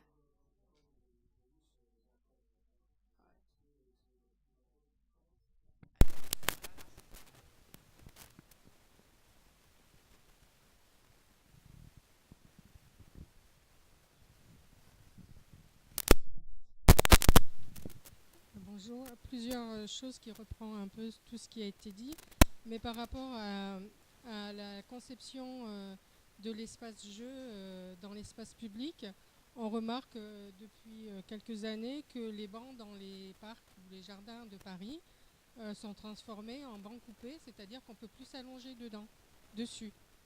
En général, c'est métallique, ça fait juste la largeur d'une chaise. Il y a des arches pour empêcher de se coucher. Et donc moi j'ai dit ça à quelqu'un qui était une maman et il m'a dit bah oui mais c'est pour éviter que les SDF se couchent et qu'après les enfants prennent les poux, etc. Bon enfin alors que les poux ils s'accrochent pas à mon avis sur le banc en métal, mais bon voilà. Et donc ça je pense que ça coupe un peu aussi au jeu.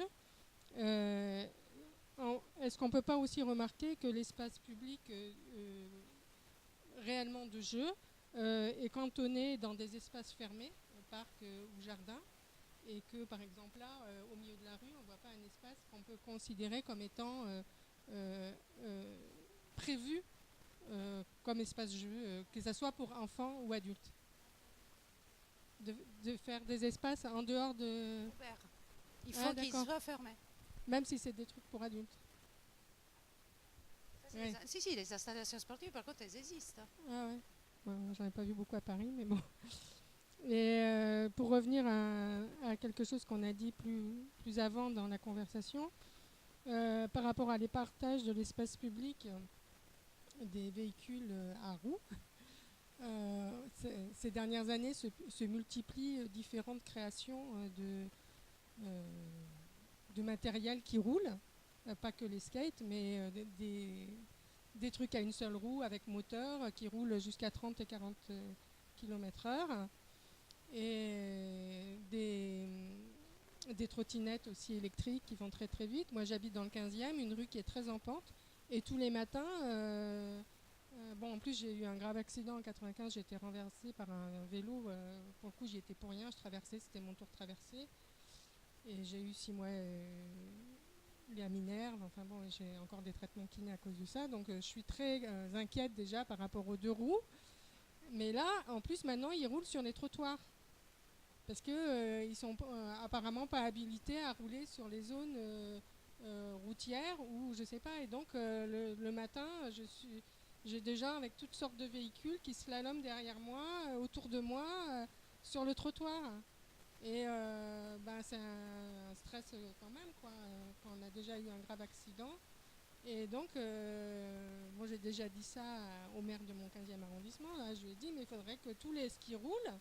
Surtout quand ça va à 30 km/h, je veux dire, il devrait être obligatoirement sur la voie publique, pas sur le trottoir, sur la route. Voilà, et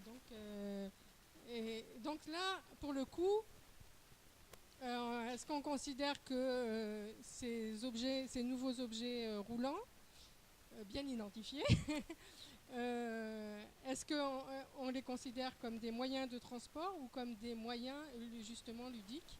Et est-ce que le ludique rejoint aussi le pratique? Et voilà, parce que tout à l'heure, quelqu'un parlait vous disiez, oui, que les flux, en fait, le trottoir, c'est surtout à Paris des échanges de flux de transport. Mais est-ce que, justement, il peut y avoir confusion entre ludique et transport? Et est-ce que cela justifierait que le ludique soit sur le trottoir et le roulant sur les chaussées?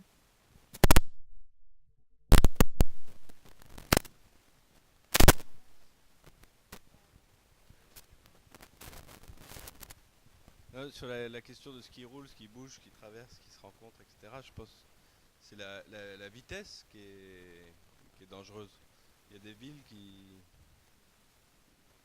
Voilà, enfin il y a plein de choses qui font que les frictions sont un peu plus brutales. Mais il y a des villes entières qui sont à 20 km/h, qui sont limitées à 20 km/h. Dans ce cas, vous avez des poids lourds, des trottinettes, tout ça, ça se passe beaucoup mieux. Donc rien que ça, je pense que ça change la vie. Après, peut-être un jour il y aura plus de voitures à Paris et comme ça on mettra les trottinettes sur les routes. Ça pourrait arriver. Et puis sinon sur les choses à inventer sur un bout de trottoir et puis sur la notion du temps et de la réinterprétation par les pouvoirs publics, ou par les pouvoirs tout simplement de ce qui advient spontanément. Moi j'ai mon atelier près de la rue des Noyers à Belleville qui est devenu c'est une rue qui fait 200 mètres de long ou 300 mètres de long et qui est devenue une rue graffiti à force d'acharnement, c'est-à-dire que c'était interdit comme partout et je ne sais pas pourquoi depuis des dizaines d'années maintenant, enfin, au moins 10 ans, c'est devenu une rue dédiée au graffiti. Moi j'ai vu des flics dire à des gamins qui faisaient des tags sur le boulevard d'aller dans cette rue-là parce que c'était devenu toléré, voilà, dédié. Et ce qui est très beau avec cet exemple, c'est que des graffitis qui n'étaient pas forcément beaux, voilà, c'était le bazar habituel des tags et des graffitis. En allant d'un bout à l'autre de cette rue, ça lui a conféré une unité et lui donner une identité visuelle extrêmement forte. Et finalement, c'est devenu sa principale qualité, c'est la couleur et le jeu des formes. Et au fur et à mesure du temps, j'imagine que vous la connaissez bien, ça a attiré des gens de talent, puis c'est devenu comment on appelle ça, un spot, ou un truc comme ça, qui est avec des graffitis remarquables, des peintures, des sculptures, il y a des greffes sur les murs avec de la colle à carrelage, des éléments. C'est une rue qui pousse en fait, qui devient presque végétale, mais avec des éléments minéraux. Et ils ont rasé, la mairie de Paris a rasé certains bâtiments qui étaient tout à fait dégradés et insalubres, etc., mais dans lesquels il y avait des anciens squats qui étaient devenus pérennes. Et ils ont intégré dans le programme de leur, je crois que c'est des logements sociaux, une crèche, un rez-de-chaussée graffitable. Donc c'est devenu phagocyté. Alors je sais pas ce que ça donnera. Peut-être qu'il y aura juste l'autorisation, enfin la permission de ne pas se faire embêter quand on le fera. Et voilà, et c'est très drôle parce que cette rue, elle est dans les guides touristiques. Maintenant, elle est visitée, c'est devenu une curiosité. On voit des groupes qui viennent visiter cet endroit, alors que voilà, ça s'est inventé tout seul. C'est un endroit qui s'est inventé tout seul. Donc il y a encore quelques marges. Je sais pas si tout le monde est d'accord. Hein.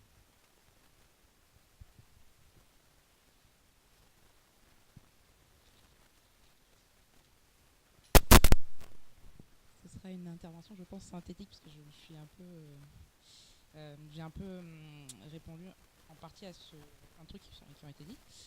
En fait, j'avais 3 points qui sont, voilà, c'est ni bien ni mal par rapport à ce qui a été dit jusqu'à présent. Mais en fait, je me disais déjà, je sais pas si c'était clair pour toute la tendance, mais en tout cas, il y a des termes qu'il aurait peut-être mieux valu définir dès le départ, parce que je vois qu'il y avait peut-être des incompréhensions qui ont été faites, notamment sur street art et skate.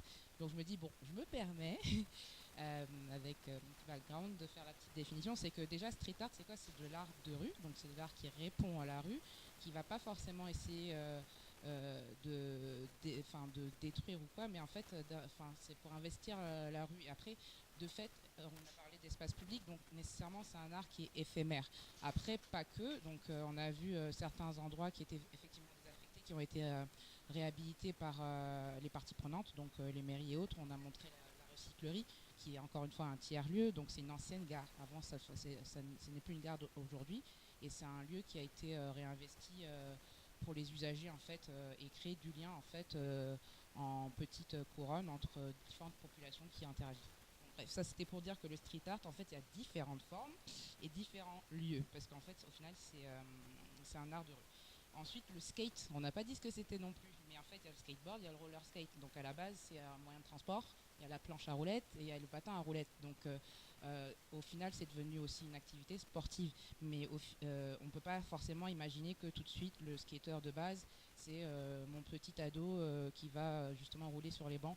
Malheureusement, en fait, ou heureusement, il y a encore cette activité qui aujourd'hui, on peut avoir des championnats de skateboard avec des gens qui sont très connus et qui ont encore une fois développé une économie, donc Kelly Skater. Donc c'était pour dire, on n'a pas eu les définitions, je me suis permis de les refaire, peut-être qu'il y aura des gens qui auront envie de rajouter des choses, mais c'est important quand même de dire que c'est des domaines d'activité qui sont assez riches, qui sont nés de pratiques urbaines assez variées. Notamment, quand on parle de street art, on ne peut pas réduire ça qu'au graffiti, même si ça en fait partie. Le street art est né du hip-hop, et le hip-hop, c'est une culture donc, qui est née aux États-Unis, et blablabla. On ne va pas rentrer dedans. Donc ça, c'était pour les définitions, parce que je pensais qu'il en manquait un petit peu. Ensuite, donc mes deux interactions et finalement questions, c'est justement lié à cette définition qu'on n'avait peut-être pas évoquée.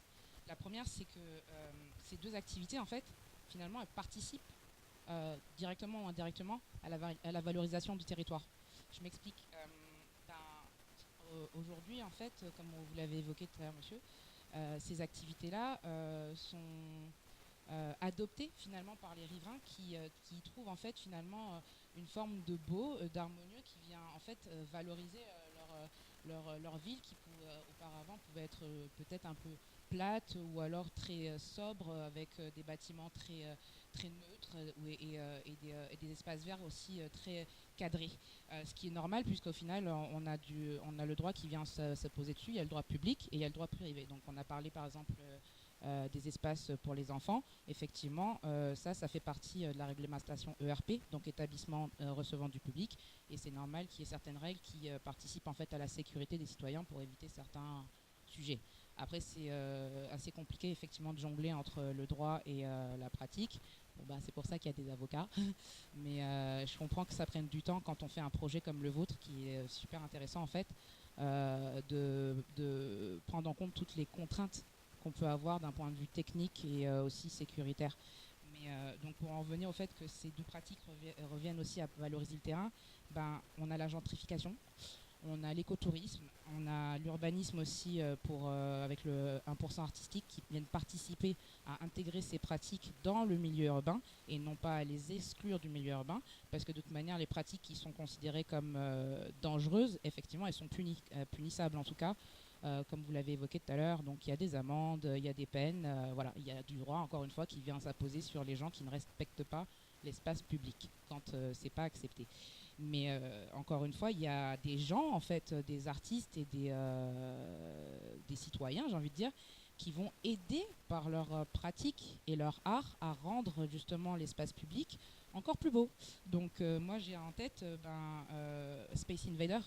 Je ne sais pas si vous avez entendu parler cet été, mais voilà, Space Invader, c'est ce street artiste justement qui fait des œuvres d'art inspirées de la culture pop en fait, avec des carreaux, qui va faire des petits personnages de jeux vidéo et les poser en fait souvent au-dessus des plaques de rue. Et ça en fait, il le fait avec normalement une résine qui est assez forte pour éviter que les gens se l'approprient. Et en fait cet été, il y a des gens qui se sont fait passer pour des représentants en fait, des gens qui sont censés nettoyer l'espace public et qui volaient ces œuvres d'art qui aujourd'hui sont hyper valorisées. Donc je pense qu'on parlait tout à l'heure justement de commissaires aux expositions, etc. Space Invader, c'est un Français qui est devenu un artiste street art qui a pris énormément de valeur dans le terrain. Justement, il y a ces gens-là qui se faisaient passer pour des agents du service public qui volaient ces œuvres pour aller les vendre au marché noir derrière. Et en fait, il y a les riverains dans le quartier qui ont pris sa défense en fait et qui ont justement dénoncé ces voleurs d'art vandales pour qu'après ils soient punis et qu'en fait les riverains puissent conserver ces œuvres d'art qui sont venues en fait valoriser leur quartier.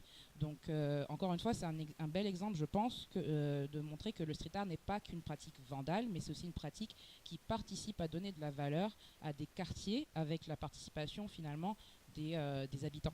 Donc, et d'autres formes d'art urbain qui n'ont pas été évoquées, au-delà du tag et des bubble letters, c'est deux mouvements aussi qui sont très nouveaux aujourd'hui, qui sont le yarn bombing. C'est quoi? C'est le street art où c'est les mamies qui ont créé leur art en faisant du tricot en fait autour des objets urbains. Donc la ville d'Ivry notamment organise des ateliers les week-ends pour qu'il y ait du lien entre les habitants, pour que les mamies viennent apprendre aux jeunes à tricoter et à faire du beau autour de leurs arts. Donc voilà, c'est des choses aussi, on oublie de les évoquer, mais c'est important je pense parce que ça participe à rappeler que tout n'est pas blanc ou noir. Il y a aussi des choses qui sont faites en essayant d'inclure un maximum de parties prenantes. Donc ça c'était pour dire qu'une fois qu'on a défini, on sait qu'il y a différents courants d'art, et l'art c'est subjectif, ça peut plaire, ne pas plaire, ça peut dégrader, ne pas dégrader, mais dans tous les cas, quand on trouve un entre-deux, finalement, c'est un cercle vertueux. Et donc en fait, moi la question que j'avais par rapport au débat qu'on a eu ce soir, c'est quelque part, quand on réfléchit un peu par rapport à ce qui a été dit sur ces deux formes d'expression urbaine qui sont des activités culturelles et sportives, donc de l'art et d'un côté et de l'autre du sport, on n'a pas vraiment évoqué l'intergénérationnalité.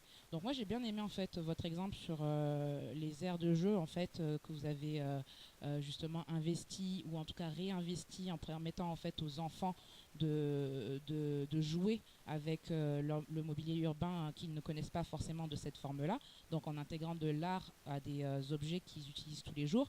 Mais je me dis ce serait bien en fait, pour rebondir sur ce que monsieur avait dit plus tôt, de profiter en fait de cette mouvance qui finalement n'a pas de couleur, n'a pas d'âge, n'a pas de persona, pour intégrer tout l'univers urbain. Donc notamment on a des trucs comme des moyens, des ressources, des outils comme le budget participatif qui peuvent y aider, et ça contribue au mieux vivre ensemble. Donc encore une fois l'exemple que j'avais c'est le street art, on va peut-être dire que ça va salir, mais il y a des villes comme Londres ou Rome où on a de l'éco-street art, du green street art, où on demande à des artistes qui ne vont pas rajouter de la matière dans un truc qui est déjà un peu dégradé, mais qui vont venir aider à nettoyer la ville en dessinant avec la mousse sur les murs pour raconter l'histoire d'une ville. Donc ça, c'est encore une fois, c'est une forme de street art qui participe à la culture et d'une manière générale. Et pareil, l'exemple des mamies qui vont tricoter dans la rue et que tout le monde trouve ça joli, ou bien repeindre des poteaux sécuritaires. Je me dis, c'est dommage de réfléchir en se disant, on a un espace public, faut que ça marche pour les jeunes ou pour les vieux. Et au milieu, on a des gens qui font n'importe quoi, qui sont des gens du street art ou des gens du skate. Non, en fait, il n'y a pas d'âge, il n'y a pas de carte d'identité pour ces gens-là. Et c'est bien en fait de se dire que ils peuvent nous apprendre à mieux interagir avec notre ville. Et on peut aussi en profiter parce que quelque part, grâce à eux, les gens vont justement vouloir investir dans notre ville, par exemple en venant faire de l'écotourisme pendant les Jeux Olympiques. Okay. Merci. Je pense que ça va être le mot de la fin. Il me semble qu'entre les exemples qui ont été cités et puis par les différents intervenants, je pense qu'on a pu voir différentes alternatives et justement pas une vision segmentée à un usage, et justement différentes illustrations qui mélangent les pratiques. Voilà. Donc je pense que ce sera le mot de la fin puisqu'il est 21h. Ah ouais.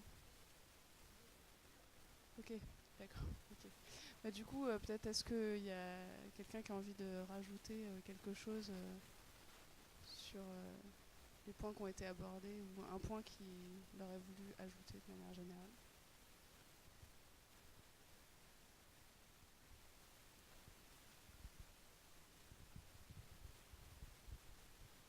Moi, je vais juste conclure pour ce que je connais, c'est-à-dire que les usages de l'espace public, ils sont difficiles à définir, et la question de la durabilité est vraiment essentielle.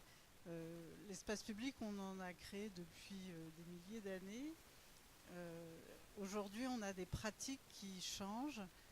Comme la dame l'a dit, il y a des engins à roulettes qui arrivent. On ne sait pas très bien quel est leur statut. Est-ce qu'ils relèvent du piéton? Est-ce qu'ils relèvent du véhicule? Le véhicule, au sens du code de la route, doit rouler sur la chaussée. Tout ça, c'est des choses qui évoluent en permanence. Dans 10 ans, tous ces trucs-là auront peut-être complètement disparu au profit d'autres choses. Enfin voilà. Tout tout ça, c'est assez compliqué de le définir. Il y a une chose qui est primordiale, c'est le respect. C'est le respect de l'autre avant même d'en référer à des codes, que ce soit le code de la route, le code pénal, le code de l'environnement, etc., etc. Et ça, c'est quelque chose qui, voilà, qui est de notre responsabilité à chacun et qui est une chose qui devrait peut-être s'enseigner ou en tout cas devenir quelque chose qui participe à la culture de la vie urbaine, de la vie en ville, qui est en plus de nos jours la grande majorité des habitants de cette planète. On vit majoritairement en ville, et or il n'y a pas d'éducation à comment vivre en ville. Et je pense qu'il y a quelque chose qui passe par là. Après, la conception des espaces publics, on sera toujours tout professionnels confondus, on fait de notre mieux. On fait de notre mieux avec la commande qui nous est faite, avec les usages qu'on constate et ceux qu'on essaye de prévoir. Mais évidemment, on ne peut pas tout prévoir. Alors la part artistique qui vient là-dedans, elle peut être souhaitée ou spontanée, donc gagner ses lettres de noblesse avec le temps, comme c'est le cas du graphe et de cette pratique voilà, d'art plastique, on va dire. La sculpture, c'est la même chose. Mais voilà, c'est aussi parce que les citoyens se l'approprient et finissent par trouver que c'est beau, que les élus disent ah bah tiens, puisque c'est beau, on va aussi nous-mêmes payer un artiste pour décorer la ville. Mais tout ça, c'est une interaction entre le respect que les citoyens vouent à un artiste, qui fait que cet artiste, il est intégré effectivement. Tout ça, c'est un mouvement un peu d'aller-retour permanent.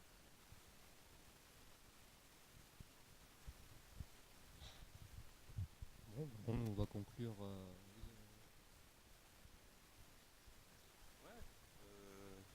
Ouais, j'aime bien effectivement le collectif qui s'est constitué pour refabriquer les œuvres de Space Invader qui ont été démolies ou même qui ont été enlevées par les services de la propreté, les vrais hein, cette fois. Ça arrive aussi, mais j'en ai croisé pas loin là, deux personnes qui étaient en train de remettre les petits carreaux comme ça. Et ils m'ont expliqué, je leur demandais ce qu'ils faisaient parce que pour moi Space Invader c'était un monsieur que j'ai déjà vu qui habite dans le 20e et je vois des gens qui ne sont pas lui, qui sont en train de poser une œuvre de lui. Et ils m'ont expliqué qu'ils avaient fait un collectif effectivement de réparation et pour perpétuer une œuvre d'art éparpillée dans toute la ville. Et je crois que ça illustre bien effectivement le désir de beauté et de soin du bien commun que effectivement n'importe qui peut faire à son échelle en cultivant son pied d'arbre ou en perpétuant ces choses-là. Et c'est ça qui est en fait personne n'est contre et tout le monde a envie de ça. Donc on va trouver les moyens contre Chetan.